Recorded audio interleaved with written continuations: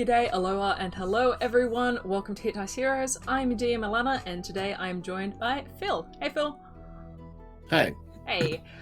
This is our fourth video in our Meet the Character series. It's been a little while coming, but I'm really pleased we're finally able to actually sit down and have a chat with Phil, discuss his character, and go over kind of the ideas of how they were created, how they were designed. If you've just stumbled upon this video and you have no idea what we're talking about, we, along with some of our friends, have a Dungeons & Dragons live play show called Hit Dice Heroes. We stream every 2 weeks on Twitch. It's set in the world of Wildemount, and, it follows these 4 newly acquainted adventurers as they kind of just, figure their way out and figure out what the hell's going on with this place. We are a handful of sessions into our campaign, and we're having a great time already, and we've seen the characters develop so much already. We've previously posted some Meet the Player posts on our Instagram, so if you're interested in getting to know the people behind the characters, their role in tabletop role-playing, and just how they kind of got into that world, you can go check those out there, but this video specifically is about Phil's character. So Phil, can you introduce your character? Yes, my character is called Oleg Mosnol, and he is a wood elf, and he likes the forest. Nice. He's a cleric, and he is not very socially capable. He's doing all right. He's still learning. He's still learning, yeah. He's okay.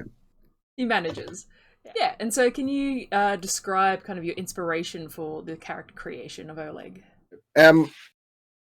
Oleg's inspiration came from a variety of sources, but it was mainly from another character that I made 5 years ago that I played once or twice.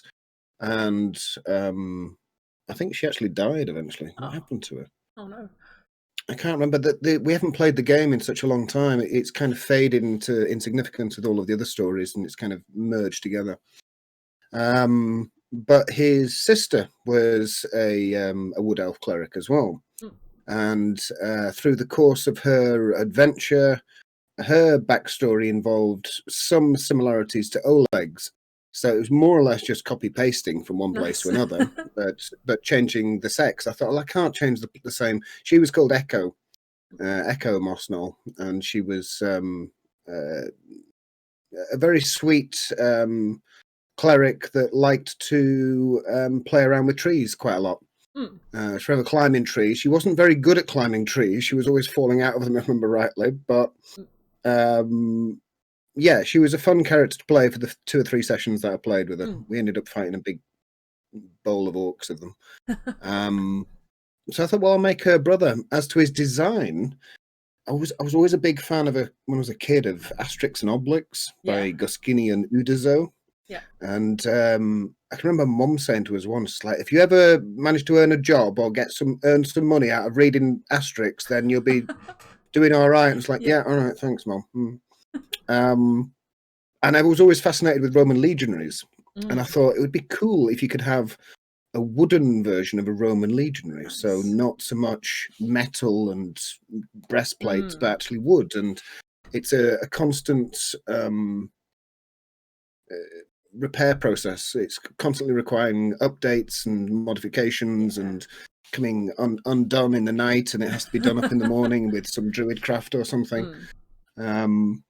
So it was an inspiration from a previous character, and for some reason Roman legionaries inspired from Asterix. I like it. I like the kind of hodgepodge nature of the armor as well, and we will talk a little bit about the kind of the character art a bit later as well. But yeah, it's this really cool idea of just growing it as you go, especially with druidcraft. It's really fun. I like that.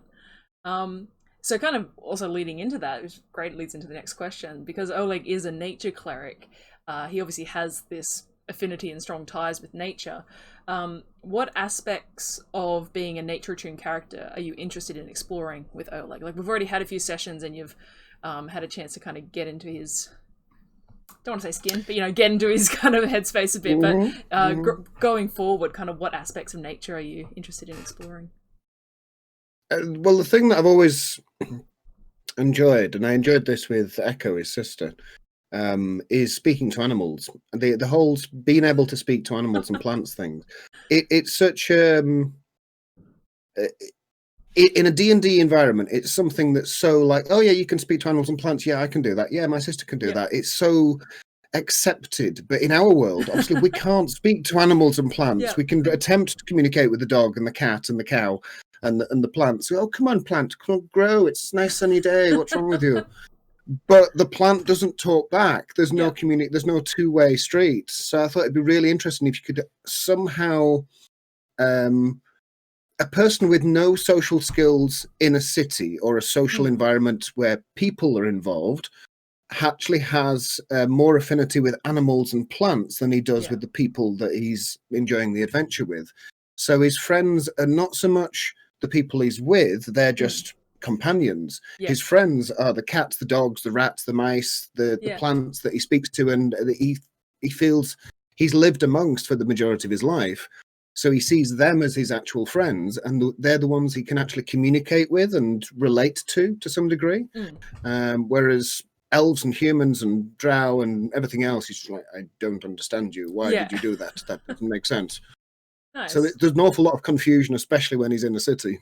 So we just, that concept of like us being able to speak to animals always scared me as a kid, because I thought if I could speak to my dog, what if my dog hated me, sort of thing. But I love that kind of ability of just being able to like get that extra perspective of a situation by speaking to the animals, speaking to the plants in the area. It's been great so far, just throwing animals at me to come up with voices for and names for, but I love that. I love that sort of stuff. But it's been really fun. So stop me if it gets too much. Oh no, not at all. It's great.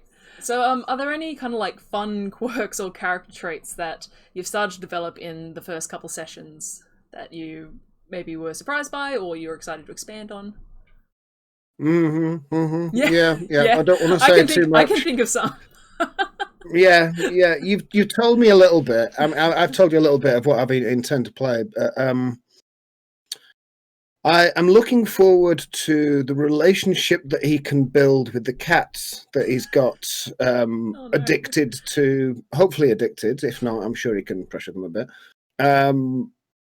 I like the whole the duality between Oleg, a completely unsociable guy, becoming this kind of like drug dealer, kind of, which is usually associated to a slightly more charismatic person than Oleg would traditionally be. But he's trying to deal drugs to cats in order to influence them to do things for him that will ultimately benefit the entire city, he hopes. Yeah. He's going to manipulate animals in the city for the betterment of the city. Right. Without interesting saying too much. A nice dream. Yeah. I know, it's a bit random, but it gives him something to do whilst you're getting ready for the main plot. But I guess something you didn't necessarily expect to happen with his character. I remember when like you're pitching it to me, I'm like, yeah, Nature Cleric, kind of straightforward, and you're like, now he's a drug dealer with cats, like. Yeah, I mean, the whole bit when you said like, oh, okay, you can get talking to Buttercup, is it? Is the cat? Is Buttercup our contact? Yeah. Your contact. And I kept thinking like, what am I doing? Like a minute ago we were fighting gnolls and things in the forest, and now we're talking to cats and trying to find a lost cat. That's how random D&D is, though. You can never predict where you're going to end up. Peek behind the curtain. That lost cat poster was flavor for the poster board. Now it's a thing. I was like, I'll just put a lost cat, and then you're like, I'll grab it. I'm like, oh fuck, I've got to figure out this lost cat storyline now. Fluff that becomes narrative. It's fantastic. I have those moments. That's why I love this game so much. It's so much fun. So we've seen Oleg interact obviously with the natural world and the man-made world in unique ways, and I guess without giving any spoilers or kind of giving too much information, how would you describe Oleg's worldview, either in relation to the natural world or to like man-made world? What do you think his kind of ethos is? His worldview in general is very, very small because he only really knows like the forest around Tessoa. He hasn't been anywhere else ever, and he's quite old, so he's seen a lot of the forest, but it's the same bits over and over again. As to his perspective in the universe, he's he takes a lot of his hints from nature, in that if nature can't use it in some way, or it can't assist nature in some way, it hasn't got some part of the, is it the nitrogen cycle? Yeah. Or the, yeah, Like the stuff circle of that life. goes around. Yeah. Yeah, basically how things have to be born and grow and then die and then be rejuvenated back in through the earth and the leaves and so on. It's a bit caduceus, that. It's a very small perspective of a geographical world, but it's quite a large perspective of the number of possibilities that life can evolve into. And he doesn't manipulate life, but he will urge it to follow the best possible path it can. So occasionally on his travels, he may find a damaged tree or a damaged bush, or even a limb of a bush that has somehow got tangled and is going to grow downwards instead of up. And like a gardener would, he would rearrange it and kind of entwine it round the tree and come back a few weeks later just to make sure it's okay, and then speak to it and say, "You okay? Feel better? Good. Yeah. No, you look better like that." So he would be kind of stroke gardener, but stroke kind of restaurant host, kind of like, "Oh, how are you doing today? Wonderful. Lovely to see you again here, darling. Marvelous. Your hair's looking fantastic." Yeah. And just kind of doing the whole maitre d' thing, wandering around and making sure everybody's comfortable. They've got all the drinks, the music is pleasant, and the babbling brook is babbling. Yeah, I picture him as having like before the campaign, and obviously I know a little bit about like character backstory and everything, but I picture him as having very set routines and like kind of very set ways in which he would go about his little area and, you know, tend, as you say. Kind of like, I like that metaphor of him being a bit like a gardener, like, you know, tending to the things around him, speaking to the animals around him. Kind of bits, not so much. He does a lot of checking in with things. He would have certain areas of the forest that he would visit on a regular basis in order to check if people are okay. Birds, bees, animals, lions, tigers, bears, all of the things that might live there. But he would also have usually a daily companion, or at least a companion for an hour or two, however long the spell lasts. But he doesn't understand where he gets his power from at all. He doesn't understand the magic. So he's a bit, he's not confused by it. It's just something that he can do. He's not really questioned it. But yeah, nobody's come along and said, "You have the power to do this." He's just kind of like, "Look, I can do this." And he's kind of forgotten the possibility that somebody may have bequeathed these talents to him. Yeah, which is really exciting.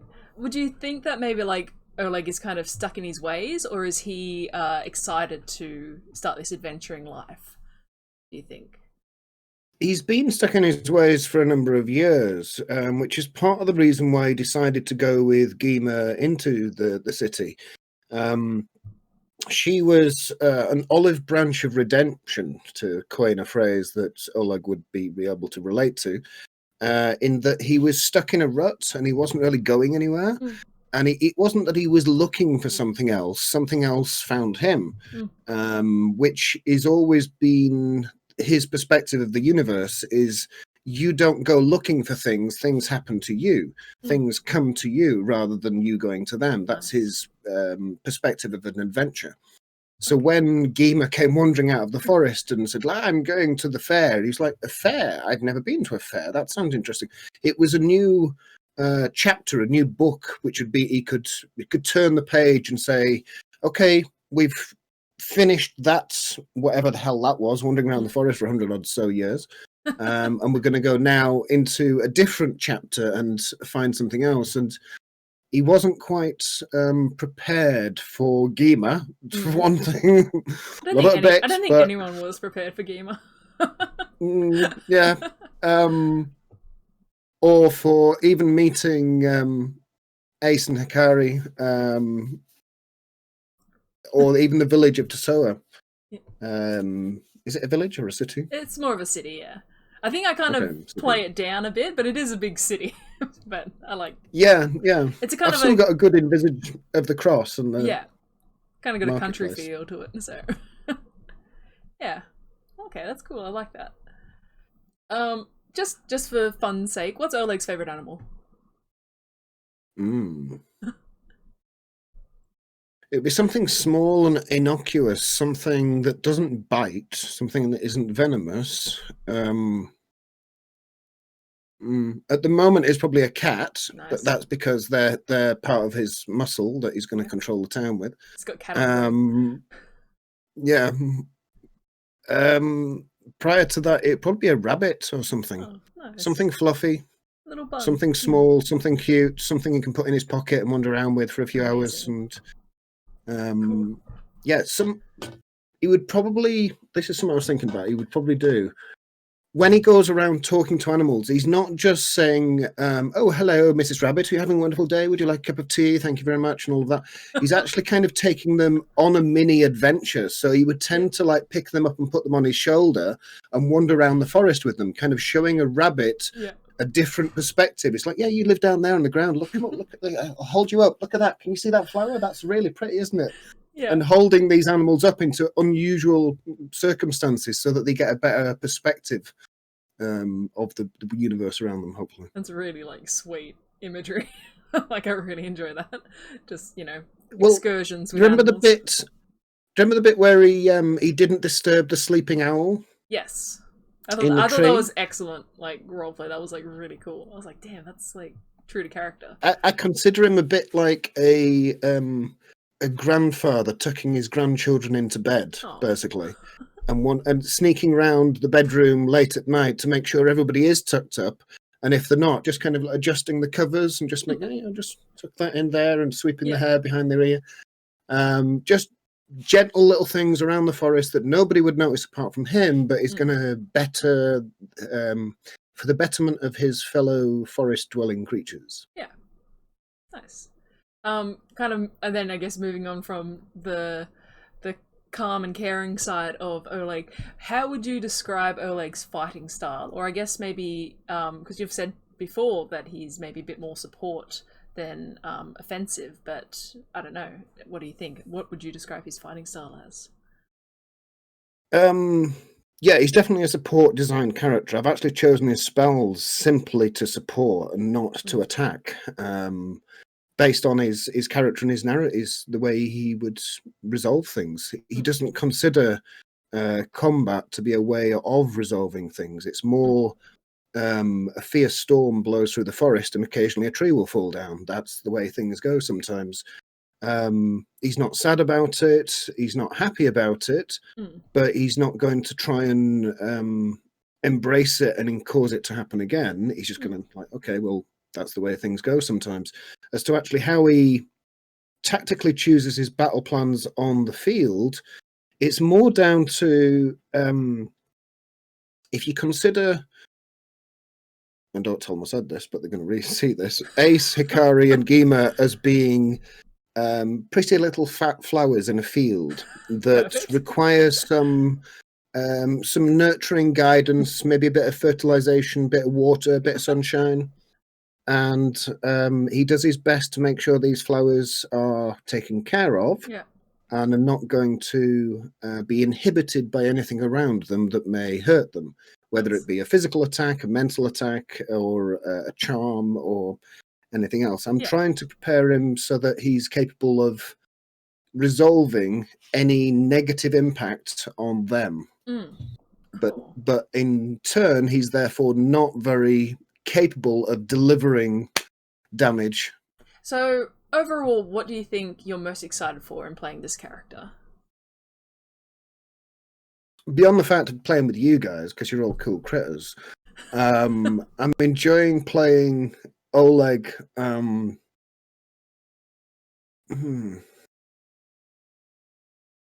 a number of things that I'm really enjoying. The world is fascinating because it's not just Matthew Mercer's Critical Role land, it is your land that you have adapted and wrestled away from his universe and brought into our own. I like the way that you've presented Tosoa and the bringing the team together and allowed us a bit of time to bond and gel. I tend to drop players in the deep end and go, dragon's attacking you. What are you going to do? Come on, chop, chop. Oh, you're all dead. Never mind. Oh, no. Yeah, okay, chapter 2. Whereas yours has been a more of a gentle build up. It's allowed us time to intertwine our backstories and actually talk to each other, and drug cats and hang hammocks in trees and all sorts of things. All the normal stuff all that happens in shit. D&D. Yeah. Going dancing. Throwing wood. Great. So our wonderful character art created by the incredible Rise Arts. We're just going to have a little discussion of kind of the design process for coming up with the character art. Can you kind of run us through the design process of, talking to Rise, coming up with kind of the image of Oleg and like some aspects of his design?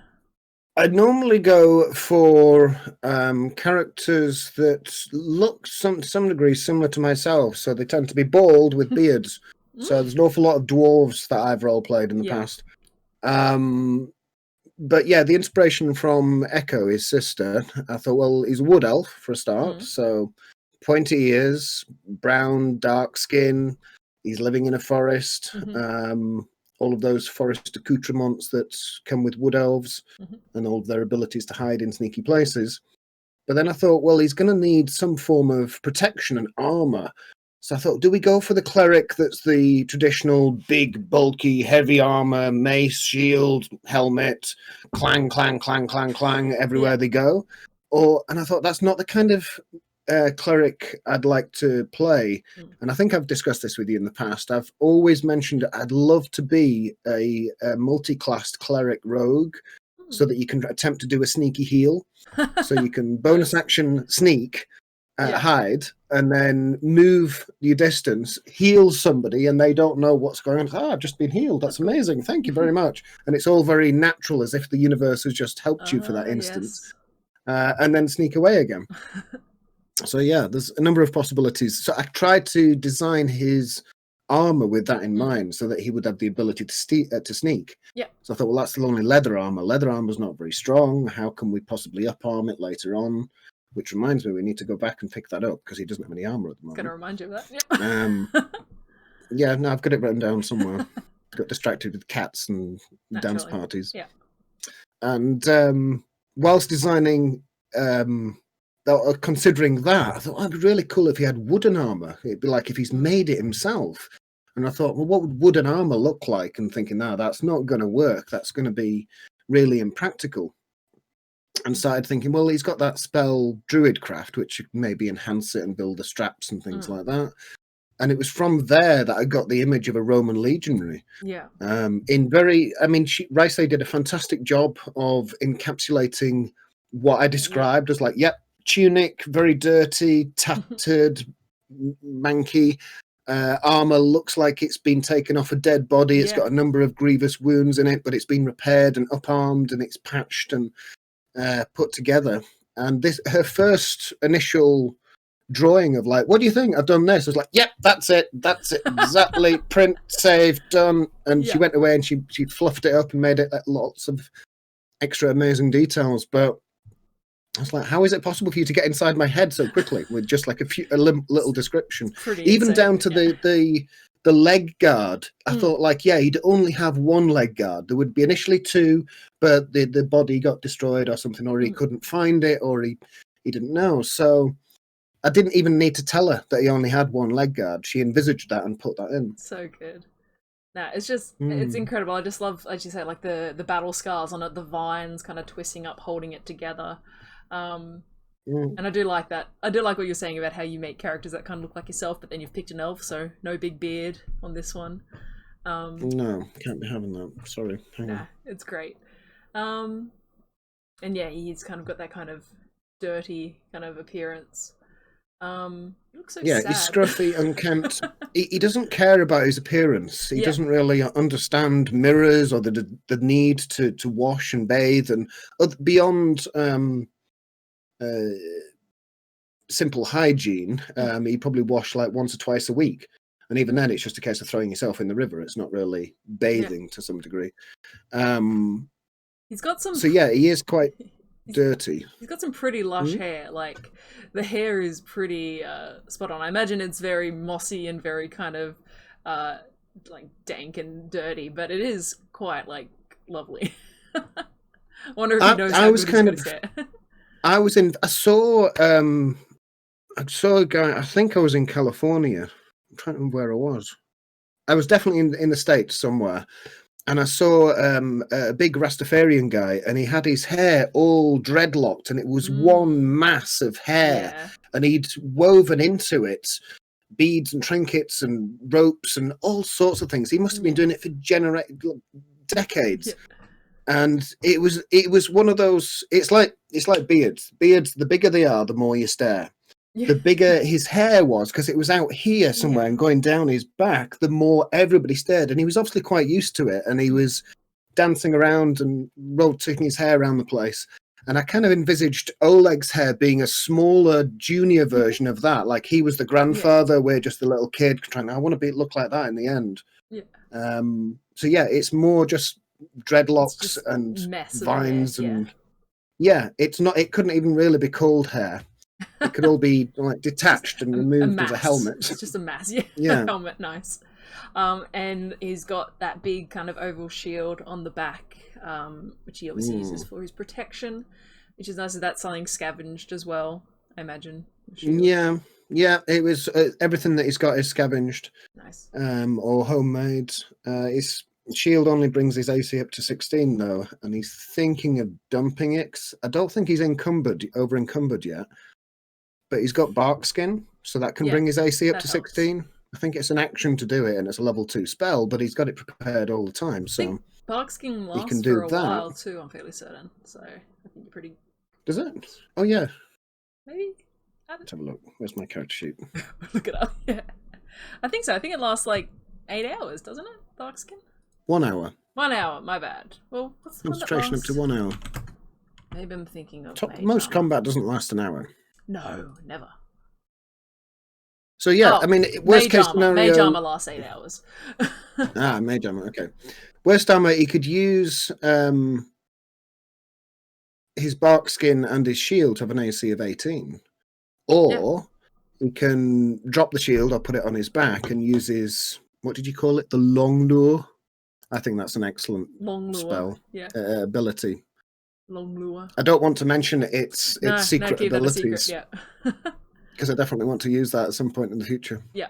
But yeah, a fishing rod stroke bow is a brilliant homebrew item.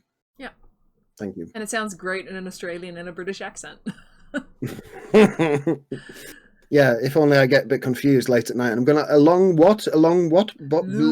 Lure. There's sometimes a delay and it breaks up because it's the internet. No, it's good. We get there. We manage.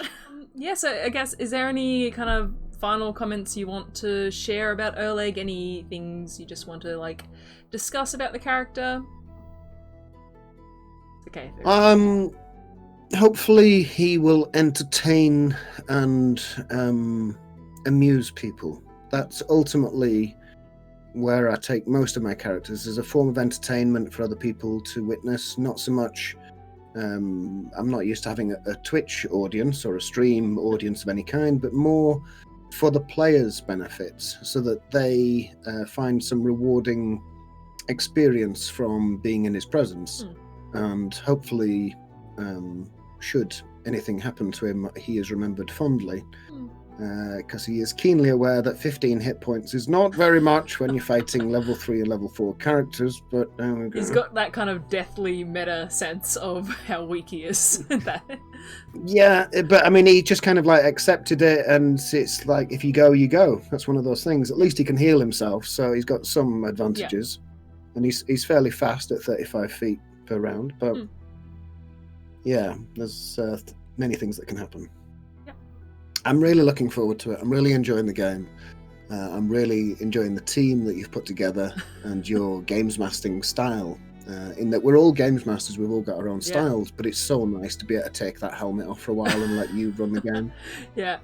And just mess with you royally. And I apologize in advance for anything that I have done or I'm about to do, for messing you around and saying like, I'd like to try this. Is this possible? And you're just going like, what is he talking about now? Always try. You'll know if I'm done with this shit. Okay. It's good. It's fun. I love it. It's so much fun to tune in on a Sunday morning for me and just play D&D. So yeah, it's great. Don't change a thing. Great. Well, Okay. Thank you so much, Phil, for joining me for this talk about Oleg. Super excited to keep playing some more games with you and the rest of the gang. Thank you so much for everyone for tuning in and watching this 4th installment of our Meet the Characters. That's all the characters done. If you haven't seen the others, go check them out. They're all up on our YouTube channel, Hit Dice Heroes. And be sure to tune in to Hit Dice Heroes every Saturday, Sunday, evening, morning. It's weird. We're all over the place. But you can check out our schedule on our Twitch page and on our Twitter account at Hit Dice Heroes. And yeah, hope to see you next time. That's it. All Cheers, guys. Cheers. Bye.